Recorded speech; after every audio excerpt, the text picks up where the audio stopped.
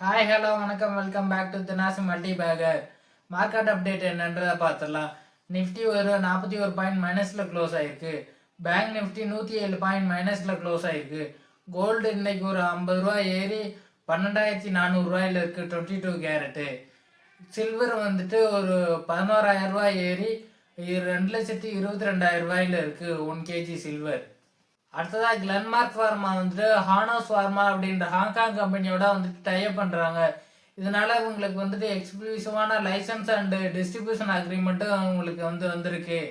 இதனால அவங்க வந்துட்டு லங் கேன்சருக்கு உள்ள ட்ரக்கை வந்துட்டு அங்கே கமர்ஷியலைஸ் பண்ணுவாங்க. அது இல்லாமல் வந்துட்டு south east Asia and south Africa and ஆஸ்திரேலியாலலாம் இந்த ட்ரக்கை வந்துட்டு இவங்களால கமர்ஷியலைஸ் பண்ணலாம் அப்படின்னு சொல்லியிருக்காங்க. இந்த ஸ்டாக் வந்துட்டு நல்லா க்ரோ ஆகிட்டு இருக்கு. இப்போவுமே இந்த ஸ்டாக்கை வந்துட்டு கன்சிடர் பண்ணுற ரேஞ்சில் தான் இருக்குது. நம்ம இந்த ஸ்டாக்கை வந்துட்டு தாராளமாக கன்சிடர் பண்ணலாம். ஒரு மினிமம் 5-10 வருஷம் வரையும் ஹோல்ட் பண்ணோன்னா இந்த ஸ்டாக்ல வந்துட்டு நல்ல ரிட்டர்ன் நமக்கு வரும். அடுத்ததாக சைடஸ் லைஃப் சயின்சஸ்க்கு வந்துட்டு யூஎஸ்எஃப்டிஏ பர்மிஷன் கொடுத்துருக்காங்க. எதுக்கு அப்படின்னு பார்த்தோம்னா மென்ஸ்கேஸ் டிசீஸ்க்கு வந்துட்டு ஒரு ட்ரக் மேனுஃபேக்சர் பண்ணியிருக்காங்க. அதுக்கு வந்துட்டு அங்கே கமர்ஷியலைஸ் பண்ணலாம் அப்படின்னு சொல்லிட்டு பர்மிஷன் கொடுத்துருக்காங்க யூஎஸ்எஃப்டிஏ. இவங்க வந்துட்டு சைடஸ் லைசன்சஸ் வந்துட்டு நல்லா க்ரோ ஆகிட்டு இருக்காங்க. மெயினாக வந்துட்டு டாலரில் ஏர்ன் பண்ணுறதுக்கு ஆப்பர்ச்சுனிட்டி எங்கெங்கெல்லாம் இருக்கோ அங்கங்கெல்லாம் அவங்க வந்துட்டு உங்களோட ப்ராடக்டை வந்துட்டு லான்ச் பண்ணிட்டு பர்மிஷன் வாங்கி அவங்க எல்லாம் சேல்ஸ் பண்ண ஸ்டார்ட் பண்ணிட்டாங்க. ஸோ அதனால இந்த ஸ்டாக் வந்துட்டு ஃபியூச்சரில் நல்லா பண்ணும். இப்போவுமே இந்த ஸ்டாக் வந்துட்டு ஆல்ரெடியாக தான் இருக்குது. இந்த ஸ்டாக்கை நம்ம கன்சிடர் பண்ணோம்னா ஃபியூச்சரில் நல்ல ரிட்டர்ன் நமக்கு வரும். யூஎஸ் டாரிஃப்னால நம்ம கரன்சி விழுந்த அளவுக்கு எந்த நாட்டோட கரன்சியும் வந்துட்டு விழுகலை அப்படின்னு சொல்லியிருக்காங்க.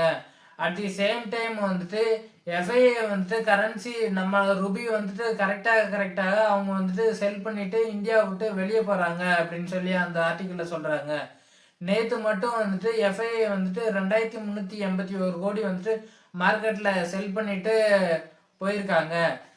அது இல்லாமல் எக்ஸ்போர்ட் எல்லாரும் என்ன சொல்கிறாங்க அப்படின்னா டாலருக்கு அகைன்ஸ்டாக நம்ம ருபி வந்து 103 ரூபாயிலேருந்து 105 ரூபாய்க்குள்ளே இருக்கணும் இப்போ உள்ள வேல்யூவேஷன் படி. இப்போ இது வந்துட்டு ஆர்பிஐ டாலரை வந்துட்டு செல் பண்ணி இதை வந்துட்டு கண்ட்ரோலில் வச்சுருக்காங்க. பட் ஆனால் ஆர்பிஐ என்னதான் டாலரை சேல் பண்ணாலும் வந்துட்டு ருபியை வந்துட்டு கண்ட்ரோலில் வைக்க முடியல. ருபி விழுதுகிட்டு தான் இருக்குது. கூடிய சீக்கிரமே வந்துட்டு டாலருக்கு அகைன்ஸ்டா ருபி வந்துட்டு 100 ரூபாய்க்கு விழுந்துரும் அப்படின்னு சொல்லிட்டு இருக்காங்க. அடுத்தது டாடா மோட்டார் பேசஞ்சர் வெஹிக்கிள் வந்துட்டு டாடா சைரா அப்படின்ற எஸ்யூவி வண்டியை வந்துட்டு மார்க்கெட்டில் லான்ச் பண்ண போகிறதா நவம்பர் 25ஆம் தேதி வந்து அனௌன்ஸ் பண்ணாங்க. இதுக்கான புக்கிங் வந்து ஓப்பன் ஆகிருக்கு.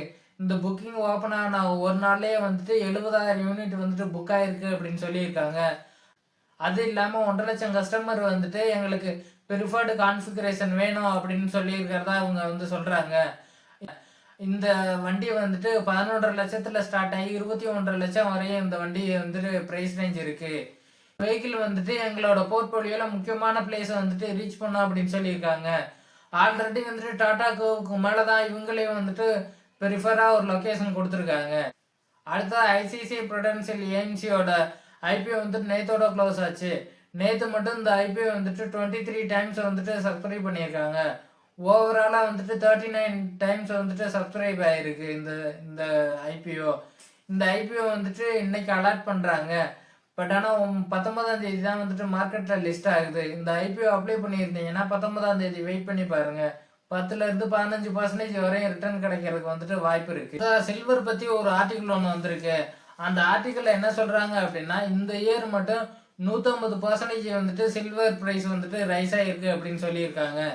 அது இல்லாமல் இந்த ப்ரைஸ் வந்துட்டு ஷார்ட் டேர்மில் வந்துட்டு 10-20 25% வரையும் தான் கரெக்டாக வாய்ப்பு இருக்குது அப்படின்னு சொல்லியிருக்காங்க. பட் ஆனால் இதுக்கு மெயின் ரீசன் வந்துட்டு இம்போர்ட் வந்துட்டு குறைஞ்சிருக்கு சில்வரோட இம்போர்ட்டு. ஏன்னா சைனா வந்துட்டு எக்ஸ்போர்ட் பண்ணுறத வந்துட்டு ஸ்டாப் பண்ணியிருக்காங்க. ஸோ அதனால வந்துட்டு சில்வர் வந்துட்டு இப்போ பயங்கரமாக ரைஸ் ஆகிட்டு இருக்கு அப்படின்னு சொல்லிட்டு இருக்காங்க. இது இல்லாமல் வந்துட்டு சில்வர் வந்துட்டு டெஃபினட்டாக வந்துட்டு இம்போர்ட்டெல்லாம் வர ஆரம்பிச்சிருச்சு அப்படின்னா 60-80% வரையும் வந்துட்டு கரெக்டாக சான்சஸ் இருக்குது அப்படின்னு சொல்கிறாங்க. ஸோ அதனால வந்துட்டு சில்வரை வந்துட்டு ஒரு இன்வெஸ்ட்மெண்ட்டாக பார்க்காதீங்க. சில்வர் வந்துட்டு எப்போ வேணாலும் கரெக்டாக வாய்ப்பு இருக்குது. ஸோ சில்வரில் இன்வெஸ்ட் பண்ணுறதை அவாய்ட் பண்ணிவிட்டு இருக்கிற சில்வரில் இன்வெஸ்ட் பண்ணுறதுக்கு பதிலாக நீங்கள் வந்துட்டு கோல்டை வந்துட்டு கன்சிடர் பண்ணிடலாம். 1 கிராம் கன்சிடர் பண்ணாலுமே வந்துட்டு நமக்கு வந்துட்டு ஃபியூச்சரில் நல்ல ரிட்டர்ன் வரும். அடுத்தது ஐடிசிக்கு வந்துட்டு காம்படிஷன் கமிஷன் ஆஃப் இந்தியா வந்துட்டு அப்ரூவல் கொடுத்துருக்காங்க. எதுக்காகன்னு பார்த்தோன்னா 3408 கோடி வந்துட்டு Aditya Birla real estate paper and bulb கம்பெனிக்கு வந்துட்டு ட்ரான்ஸ்ஃபர் பண்ணுறதுக்கு. இவங்க வந்துட்டு இந்த டோட்டலாக இந்த Aditya Birla real estate bulb and paper manufacture பண்ணுற கம்பெனியை வந்துட்டு அக்விசிஷன் பண்ணுறாங்க. ஸோ இதனால இவங்களுக்கு வந்துட்டு இவங்களோட பேப்பர் ப்ரொடக்ஷனை வந்துட்டு அண்ட் மேனுஃபேக்சரை வந்துட்டு இன்க்ரீஸ் ஆக வாய்ப்பு இருக்குது. ஆல்ரெடி வந்துட்டு 1 மில்லியன் டன்ஸ் வந்துட்டு இவங்க ஐடிசி வந்துட்டு மேனுஃபேக்சர் பண்ணிக்கிட்டு இருக்காங்க பேப்பரு. இது வந்துட்டு இன்க்ரீஸ் ஆகிறதுக்கு வாய்ப்பு இருக்குது. அது இல்லாமல் வந்துட்டு ஒரு கம்பெனியை வந்துட்டு லாஸ் மேக்கிங் கம்பெனியை வந்துட்டு இவங்க பை பண்ணி அதை வந்துட்டு டேர்ன் ஓவர் பண்ணிக்கிட்டு இருக்காங்க இப்போதைக்கு ஐடிசி. இதில் தான் வந்து ஃபுல்லாகவே ஃபோக்கஸ் பண்ணிக்கிட்டு இருக்காங்க. இப்போவுமே இந்த ஸ்டாக் வந்துட்டு 400 ரூபா சம்திங்கில் தான் ட்ரேட் ஆகிட்டு இருக்கு. இதோட பிஇ பார்த்தோன்னா ரொம்ப கம்மியாக தான் இருக்குது. இந்த ஸ்டாக் வந்துட்டு ரொம்ப அண்டர் வேல்யூடாக இருக்குது. ஸோ அதனால் நம்ம இந்த ஸ்டாக்கை வந்துட்டு தாராளமாக கன்சிடர் பண்ணலாம். மினிமம் 5 to 10 இயர்ஸ் வந்துட்டு இந்த ஸ்டாக்கை ஹோல்ட் பண்ணோம் அப்படின்னா இந்த ஸ்டாக்ல இருந்து நம்ம பெரிய லாபம் வந்துட்டு பார்க்கலாம். ஸோ இதனால ஐடிசியை வந்துட்டு நம்ம தாராளமாக கன்சிடர் பண்ணலாம். அடுத்ததாக பெடிலைட் வந்துட்டு ஃபெவிகால் அண்ட் ஃபெவிக்விக் அப்படின்ற பிராண்டை வச்சு சக்ஸஸ்ஃபுல்லாக பண்ணிகிட்டு இருக்காங்க. அது இல்லாமல் இவங்க வந்துட்டு 2 வருஷத்துக்கு முன்னாடி ஹான்சா அப்படின்ற பெயிண்ட்டை வந்துட்டு சவுத் இந்தியாவில் லான்ச் பண்ணாங்க. இது சக்ஸஸ்ஃபுல்லாக போகுது அப்படின்னு சொல்லியிருக்காங்க. அதனால வந்துட்டு நாங்கள் நார்த்தில் வந்துட்டு கான்சென்ட்ரேட் பண்ண போகிறோம், பெயிண்ட்டை வந்துட்டு அங்கே லான்ச் பண்ணி பண்ண போகிறோம் அப்படின்னு சொல்லியிருக்காங்க.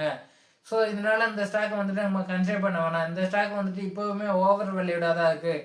நம்ம வந்து இந்த ஸ்டாக் அவமனை வந்துட்டு 2000 கோடி ஒர்த்து உள்ள ஐஓபி ஷேரை வந்துட்டு 34 ரூபா per ஷேர் வந்துட்டு நாங்கள் ஆஃபர் ஃபார் சேலில் கொடுக்க போகிறோம் அப்படின்னு சொல்லியிருக்காங்க. ஸோ இது வந்துட்டு நாளைக்கு இந்த ஆஃபர் ஃபார் சேல் வந்துட்டு ஸ்டார்ட் ஆக போகுது. ஸோ அதனால இந்த ஸ்டாக் வந்துட்டு இப்போவே கரெக்டாக இருக்குது 2%. ஸோ இந்த ஆஃபர் ஃபார் சேலை வந்துட்டு நம்ம கன்சிடர் பண்ண வேணாம். ஏன்னா இந்த ஸ்டாக் வந்துட்டு இப்போவுமே ஓவர் வேல்யூடாக தான் இருக்குது.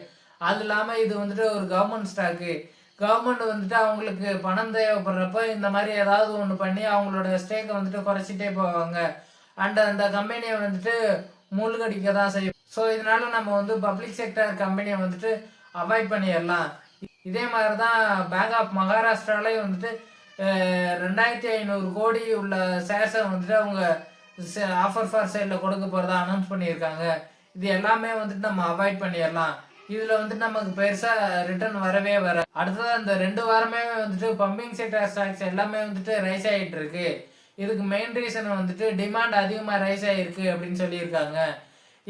இது இல்லாமல் வந்துட்டு சக்தி பம்ப்ஸ் அப்படின்ற கம்பெனியை வந்துட்டு 40% இந்த 2 வீக்ஸில் ரைஸ் ஆகிருக்கு.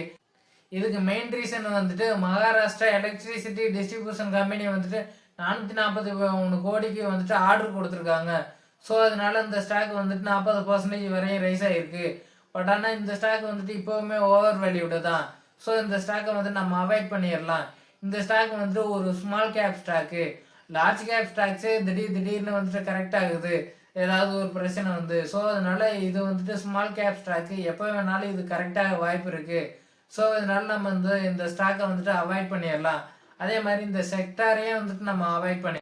இந்த வீடியோவில் அவ்வளோதான் இன்ஃபர்மேஷன். இந்த வீடியோ உங்களுக்கு பிடிச்சிருந்துச்சுன்னா லைக் பண்ணுங்கள், உங்கள் ஃப்ரெண்ட்ஸ் அண்ட் ஃபேமிலிக்கு ஷேர் பண்ணுங்கள், எங்கள் சேனலை சப்ஸ்கிரைப் பண்ணுங்கள்.